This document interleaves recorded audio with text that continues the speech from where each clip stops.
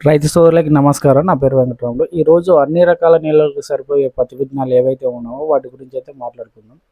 ఫస్ట్‌ది వచ్చేసి శ్రీరామ కంపెనీలో SRCH 819 అనే విత్తనం అయితే చాలా ఎక్సలెంట్‌గా ఉంది. ఇది అన్ని రకాల భూములకు సూట్ అవుతుంది. అంటే నల్లరేగడిలో కానీ, ఎర్ర పొలాల్లో కానీ, ఇసుక నేలల్లో కానీ, దాంతోపాటు సౌడులో కానీ చాలా ఎక్సలెంట్‌గా ఉంటుంది.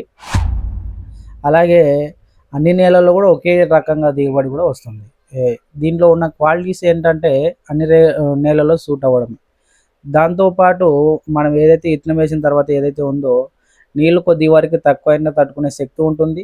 అలాగే ఏదైతే పూత కాత సమయంలో నీళ్ళు లేనప్పుడు డ్రాప్ అవుతూ ఉంటాయి చాలా వరకు. అలాంటి ప్రాబ్లం కూడా చాలా తక్కువగా ఉంది దీంట్లో.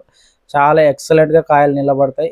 ఆకు కన్నా కాయలే ఎక్కువ ఉంటాయి. ఈ సీడ్‌లో మాత్రం శ్రీరామ కంపెనీలో SRCH 819 అనే ఈ విత్తనంలో మాత్రం చాలా ఎక్సలెంట్‌గా కాపు అయితే సెట్ కావడం జరుగుతుంది. దాంతోపాటు కాయలు మాత్రం చాలా ఎక్కువగా నిలబడతాయి. ఇందులో మొక్కలో మొక్క చూసినట్టయితే కాయలు నిలబడిన తర్వాత ఆకు కన్నా కాయలే ఎక్కువ కనిపిస్తాయి. ఫ్లవర్ డ్రాపింగ్ తక్కువగా ఉంటుంది. చేను కూడా చూడడానికి చాలా ఎక్సలెంట్‌గా ఉంటుంది. చాలా ఎక్సలెంట్ గ్రోత్, కొమ్మలు, సైడ్ బ్రాంచెస్ అన్ని రకాలుగా ఎక్సలెంట్‌గా ఉంటుంది. అలాగే కాయ పట్టిన తర్వాత చూస్తే కాయ సైజు కూడా చాలా లావుగా ఉంటుంది. ఇది చిన్న కాయ అయితే కాదు, చాలా లావు కాయ అనమాట. కాయ పలిగేటప్పుడు కూడా 5 ఇండ్లు ఉంటుందన్నమాట. ఒక ఇల్లు కాదు, 5 ఇండ్లు ఉంటుంది. తీసేటప్పుడు కూడా చాలా ఎక్సలెంట్‌గా ఉంటుంది. దీని తూకం చూసినట్టయితే చాలా ఎక్సలెంట్‌గా ఉంటుంది. మ్యాక్సిమం అయితే వేరే వాటితో కంపారిజన్ చేస్తే దీంట్లో తూకం కూడా చాలా బాగుంటుంది. ఉన్న నీళ్ళు లేకపోయిన సమయానైనా కానీ ఇది చాలా ఎక్సలెంట్‌గా గ్రో అయ్యే అవకాశం అయితే ఉంటుంది. ఈసారి సూపర్ ఎల్‌నినో వల్ల చాలా వరకు వానలు ఎక్కువ రాకపోయే అవకాశం అయితే ఉంటుంది. తక్కువ పడే అవకాశం అయితే ఉంటుంది వానలు. కాబట్టి ఇటువంటి వెరైటీలు వేసుకోవడం వల్ల కొద్దిగా బెనిఫిట్ అయితే ఉంటుంది. అందుకని ఈ వీడియో చేస్తున్నాను నేను. ఇంకోటి వచ్చేసి సదానంద. ఇది కూడా చాలా ఎక్సలెంట్ విత్తనం. అంటే ఇది సాధారణంగా మా ఏరియాకి తక్కువ వేస్తారు కానీ రేగళ్ళ వాళ్ళైతే ఎక్సలెంట్‌గా వేస్తారు. నేను షాప్‌లో వెళ్ళినప్పుడు ఏదైతే ఉందో అంటే కొద్దిగా ఏజ్ అయిన వాళ్ళు వేరేది ఏది ఎన్ని చెప్పినా తీసుకోరనమాట. సాదానందనే తీసుకుంటారు ఓన్లీ. అది 15 క్వింటాలు ఎలా వేసినా కానీ 15 క్వింటాలు వస్తుందని వాళ్ళు చెప్తున్నారనమాట.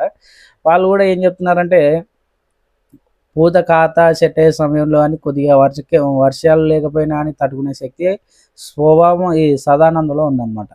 అందుకనే చాలా వరకు రైతులు సదానందాన్ని చాలా ఎక్కువగా వేస్తుంటారు మా ఏరియాలో.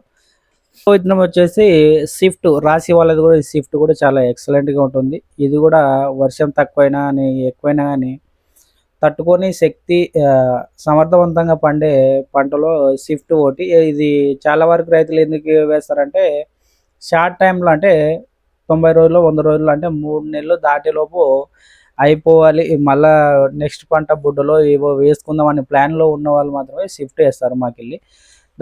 దీంతో వచ్చే సమస్య ఏందంటే షిఫ్ట్‌లో కాయ సైజులా ఉంటుంది. అన్ని రకాల బాగుంటుంది. కానీ ఒకే ఒక ఆహ్, ఆహ్, డిసడ్వాంటేజ్ ఏందంటే ఒకటి కాయ కొన్ని ఉంటాయి. దానికి డబుల్ ఆకులుంటాయి.